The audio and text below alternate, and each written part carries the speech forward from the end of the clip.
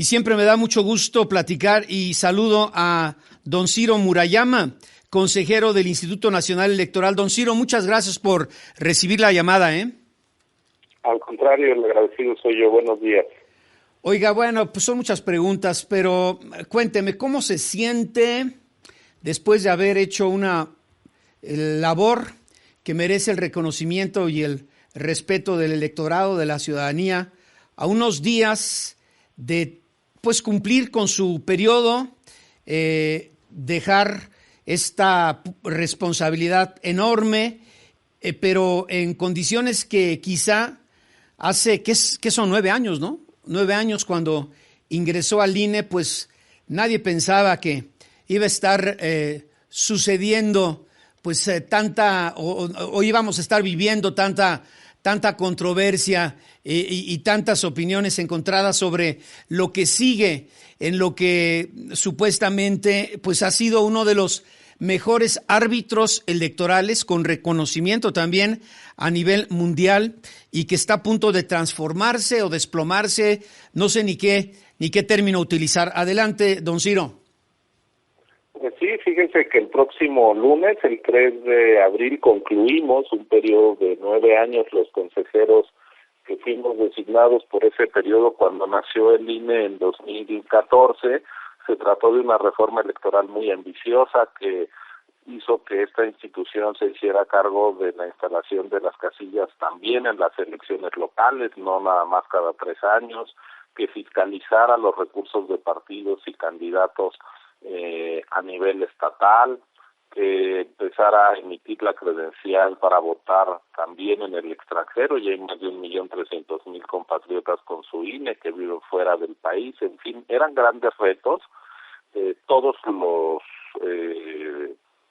retos, las tareas que se le pusieron al INE fueron cumplidas. En esta materia, lo que dice la Constitución se hace, no es que sea un contenido programático, a ver si un día tenemos elecciones libres y limpias. No, esas las tenemos una y otra vez. Nos ha tocado organizar 331 procesos electorales distintos, tanto los federales como los locales, extraordinarios, revocación de mandato, elección del constituyente en la Ciudad de México, y pues el INE es la institución civil pública más apreciada por la ciudadanía. Desde ese punto de vista, pues nos vamos satisfechos de tener un árbitro electoral que hace su trabajo, que las elecciones sirven para lo que están, que es para que la gente elija en secreto, en libertad y en paz a sus representantes y gobernantes. Eso ocurre una y otra vez, pero al mismo tiempo, como usted decía, nos vamos en un momento de fuertes ataques desde el poder, desde el gobierno al Instituto Nacional Electoral. Creo que en los últimos años hemos vivido el peor oleaje autoritario del último medio siglo. Se ataca a la prensa libre, se ataca a las feministas, se ataca al Poder Judicial, se ataca a los órganos autónomos, se ataca a los movimientos medioambientalistas, se ataca a todo aquel que no obedece los dictados del poderoso. Y el INE decidió ser una autoridad autónoma independiente del gobierno, no una oficina al servicio del mandatario, y eso ha generado ataques, incluso personales, pero también ha dado lugar a esta reforma electoral conocida como Plan B, que pues destruye las capacidades del INE para organizar elecciones auténticas venturosamente, y nos vamos pues muy satisfechos por ello. En México existen instituciones que están cumpliendo con su papel, que acotan los intentos autoritarios, como es la Suprema Corte de Justicia de la Nación, que apenas el pasado viernes emitió una suspensión respecto a todo el Plan B por la controversia que presentó el INE. Eso quiere decir que hoy el Plan B está en coma, que no anda, no camina, no opera. Habrá que esperar lo que diga en el fondo la Suprema Corte, pero es muy buena noticia que ya se haya parado pues todo lo que se tenía que hacer, acatando, aunque no estuviéramos de acuerdo, nosotros siempre cumplimos con la ley, acatando esa disposición que nos llevaba a hacer una reestructura, a despedir a más del 85% del Servicio Profesional Electoral Nacional, es decir, la gente que con toda honestidad y profesionalismo viene organizando las elecciones, pues digamos que esta estrategia de destrucción, esta estrategia autoritaria de desmembramiento del árbitro profesional integral en el que confía la ciudadanía ha sido frenado en buena hora, y eso pues nos da ánimos y nos demuestra que las movilizaciones ciudadanas tuvieron el efecto que buscaban, y pues vamos en un escenario complicado, pero donde también estas nubes autoritarias se están yendo por... En Soriana, limón con semilla, 24. Bueno, regreso a platicar con el señor consejero del Instituto Nacional Electoral, don Ciro Murayama, quien está a unos días de terminar su gestión como tal. Don Ciro, muchas gracias. Le ofrezco una disculpa porque pues a veces la guillotina nos atropella. Pero a ver, le quiero hacer una pregunta que sonaría muy lógica y simplona. ¿Por qué enoja tanto al gobierno federal y a Morena el que el ministro Lainez haya concedido la suspensión solicitada por el INE respecto de todos los artículos impugnados del Plan B, mientras la Corte da su fallo definitivo? ¿Cuál sería el fondo si lo pudiese resumir en 3, 4? Digo, hemos leído mucho, hemos escuchado mucho, en el fondo pues sabemos por dónde va, pero usted que está dentro de la jugada, como dicen, si nos pudiera explicar con peras y manzanas, con un lenguaje muy sencillo, quizá muy directo, ¿qué es lo que más les enoja? 2, 3, 4 puntos, don Ciro Murayama. Mire, este Plan B lo que se proponía era desmantelar la estructura del INE en los 300 distritos electorales, donde trabajan lo que se llaman las juntas ejecutivas distritales, integradas por 5 funcionarios que llegaron a su cargo por concursos públicos, son preparados, formados permanentemente y evaluados año con año. También el Plan B disminuía, hacía muy débil a la Secretaría Ejecutiva y desaparecía a la Junta Ejecutiva, es decir, toda la estructura, desde la Ciudad de México hasta los distritos, profesional, preparada, capacitada, independiente que tiene el INE, se veía lastimada. Ahora, con la decisión del ministro, toda esa estructura sigue en pie, y me temo que el coraje, el enojo que suscitó en el gobierno es porque no pudieron destruir una institución como se ha destruido el Seguro Popular, muchas otras que se ha capturado a la Comisión Nacional de los Derechos Humanos. Aquí no pudo ese viento autoritario arrasar con esta institución, lo cual es una muy buena noticia para la ciudadanía, porque los módulos del INE van a seguir operando fuera de oficinas de gobierno. Esa era otra pretensión, que ahora, imagínense, ahí donde entregamos nuestros datos, donde se obtienen nuestros biométricos, como es la foto, las huellas dactilares, pues que estuvieran en manos de gobiernos o en oficinas donde accedieran los presidentes municipales, los funcionarios afiliados al gobierno a nuestros datos, pues eso ya no va a pasar. Entonces, pues me parece que se trata de un freno, de una defensa muy contundente de la Corte de los derechos de la ciudadanía, porque eso es lo que dice la sentencia del ministro.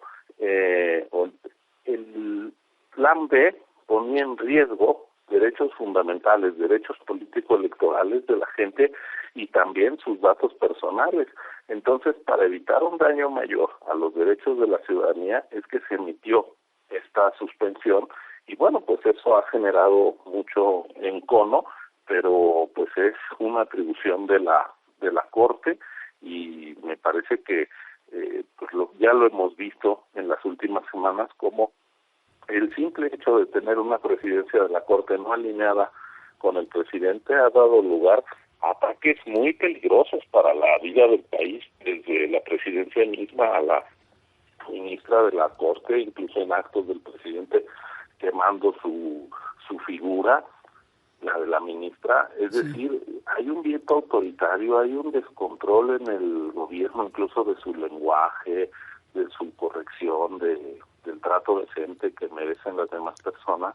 Y pues no me sorprende lamentablemente la reacción ahora hacia el freno del plan B, pero pues es importante que la prudencia, la serenidad y la razón quepan en otras instancias del Estado mexicano para no contagiarse de este discurso de encono, de odio, de ataque.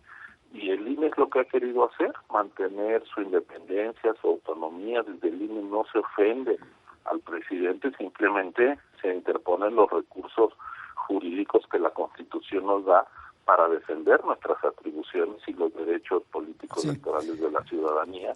Creo que el Poder Judicial está actuando con independencia, que es lo que le ordena hacer la Constitución, y pues tenemos una ciudadanía muy activa, la hemos visto en las movilizaciones del 13 de noviembre, del 26 de febrero, y mientras tengamos ciudadanía preocupada por su democracia, autoridades electorales autónomas, Poder Judicial independiente, prensa libre y crítica, el ecosistema democrático va a seguir vivo. Sí. Oiga, don Ciro, pero a ver, le pregunto quizá lo mismo, pero un poquito diferente. A ver, este cambio, esta transformación o desmantelamiento, yo no sé qué sea, usted lo conoce mejor, en lo administrativo, en lo operativo, en lo económico y laboral del Instituto Nacional Electoral, ¿qué tiene como objetivo? Usted me ha dicho, queremos evitar tal, pero en el fondo, ¿qué busca el gobierno federal? ¿Qué busca Morena con esta transformación, con este cambio, con este desmantelamiento? Si pudiera resumir en pocas palabras y como un objetivo principal, ¿qué sería? Mire, yo creo que la consecuencia, no sé qué los mueve, pero déjeme decirle, y no voy a hacer, digamos, a tratar de meterme en su razonamiento, pero permítame explicarle las consecuencias que eso tendría. Uh-huh. Si se desaparece la estructura profesional del INE, que es la que coordina el trabajo en los módulos de atención ciudadana, donde el diario se recibe a 120,000 personas y se entregan 60,000 credenciales para votar con fotografía infalsificables.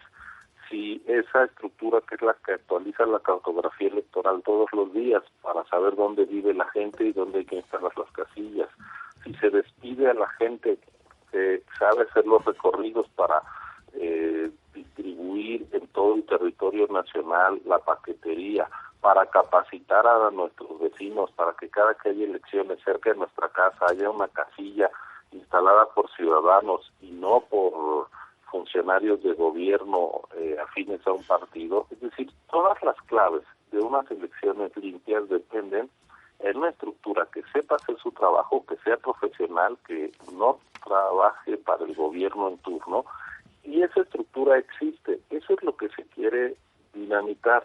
Y eso pone en riesgo las elecciones libres y auténticas. Y si me apura un poco, incluso podríamos estar en riesgo de que se instalen las casillas. Si nosotros como INE podemos entrar a lugares donde ninguna otra instancia del Estado mexicano entra, si incluso ahí donde hay mucha inseguridad y presencia de la criminalidad, no dejamos de instalar casillas, es porque nuestra estructura permanente conoce palmo a palmo el territorio, sabe cómo trabajar incluso en condiciones adversas. Si esa gente que sabe hacer su trabajo la despides y ya no queda quien sabe hacer las cosas, pues es como despedir a los médicos y pretender que pues va a mejorar la salud de la población. No, en el INE somos conscientes de que esta operación ponía en riesgo, así lo digo, la celebración de elecciones auténticas. Don Ciro Murayama, bueno, me tengo unos 3 minutitos, yo me gustaría quitarle otros poquitos su tiempo, son muchas preguntas y opiniones del auditorio, y gracias por recibir la llamada. A ver, si esta controversia constitucional no se resuelve por la Corte hasta después del 2024. No sé si esto se puede o no, pero la pregunta es esta. Si no se resuelve hasta después del 2024 o si se declara inconstitucional la mayor parte del Plan B antes de la elección presidencial del 2024, o sea, si todo se queda igual, pues, ¿qué tanto margen de acción tendría el gobierno federal a través de sus nuevos consejeros y consejeras para manipular, alterar, cambiar o influir en los procesos o el proceso electoral o en sus resultados? Yo creo que eso es gran parte de la pregunta que todos nos hacemos como ciudadanos. Si llega el INE intacto como está la presidencial, pero hay nuevos consejeros, consejeras que ya vimos que la mayoría son afines a Morena, 4T, etcétera, etcétera. ¿Qué tanto margen de acción tienen para influir en este sentido? Afortunadamente los consejeros electorales sí no pueden influir en ningún resultado electoral. Nuestro sistema permite que los votos se cuenten con toda pulcritud en las casillas. Ahí todos los partidos se van con su copia del acta. Esa acta la misma noche de la elección se publica a través del PREP, el Programa de Resultados Electorales Preliminares, por internet, y nadie puede alterar lo que pasa en la casilla. Y en la casilla, ¿quién cuenta los votos? Hoy, nuestros vecinos, ciudadanos sorteados, independientes, que además son vigilados por todos los partidos políticos. Así que no hay manera de que se haga alguna alteración de la voluntad popular en las casillas. Mientras la estructura profesional del INE siga en pie, el resultado se va a respetar. Entonces no hay, es tan importante. No hay tanto riesgo. Vamos a suponer que los 4 nuevos consejeros y consejeras sean 100% afines a la 4T. Don Ciro, por favor, deme otros 3 minutos y le quito poquititos de su tiempo después de una pausa. Deme 3 minutos porque viene la guillotina. Estoy con el consejero Ciro Muyaraya.